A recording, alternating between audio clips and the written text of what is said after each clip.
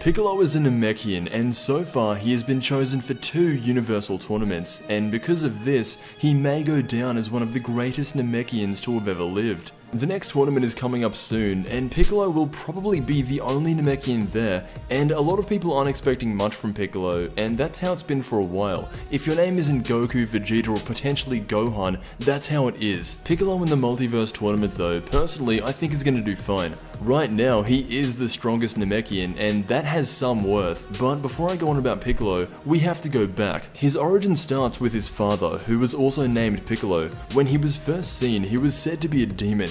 This is mainly because of his separation from Kami. When Kami arrived on Earth, eventually he sought out to be the guardian of the planet. However, the current guardian at the time sensed an evil side to Kami, and so after a lot of meditating and inner conflict, Kami managed to expel all the evil from him, and that same evil went on to manifest itself into the original King Piccolo.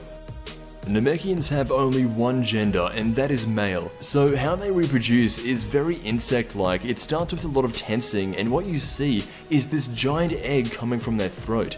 This egg will grow up to be another Namekian, and depending on how strong they make their offspring, reproducing will shorten their own life. This is why you see King Piccolo, as he is about to die, put all his energy into what will go on to be the Piccolo that we all know.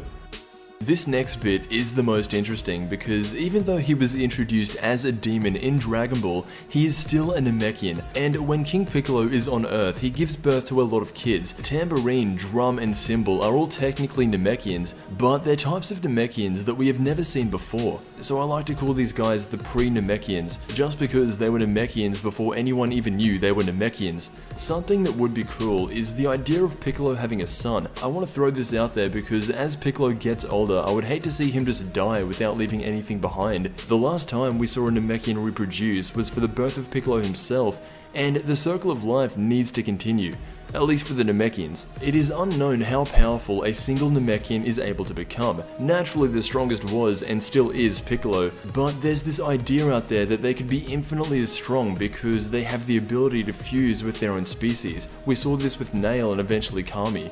There are 2 types of Namekians, those from the Warrior Clan and those from the Dragon Clan. The Warrior Namekians are the guys like Piccolo who are natural fighters, and those who are part of the Dragon Clan have special powers like healing, close beam, and the very unique ability of creating Dragon Balls. Surprisingly, there are a lot more Namekians from the Dragon Clan. The number was close to 86% for the Dragon Clan, and only 14 were warriors. So the Namekians are not like the Saiyans. They are not a warrior race, because if they were, most of Frieza's men would have died. Anyway, that was the Namekians. After the events on Namek, we don't hear much about them until Dende becomes the god of Earth, and even then nothing really new is shown, so that's why I'm looking at Piccolo as the new standard. He has traits from both the Warrior and Dragon Clan, which explains how he's able to use the close beam, and years down the line, instead of him just dying, he can do what his father did and continue the legacy of Namekians, but on Earth. Regardless, I want to thank you so much for watching, and I will see you in the next Dragon Ball video.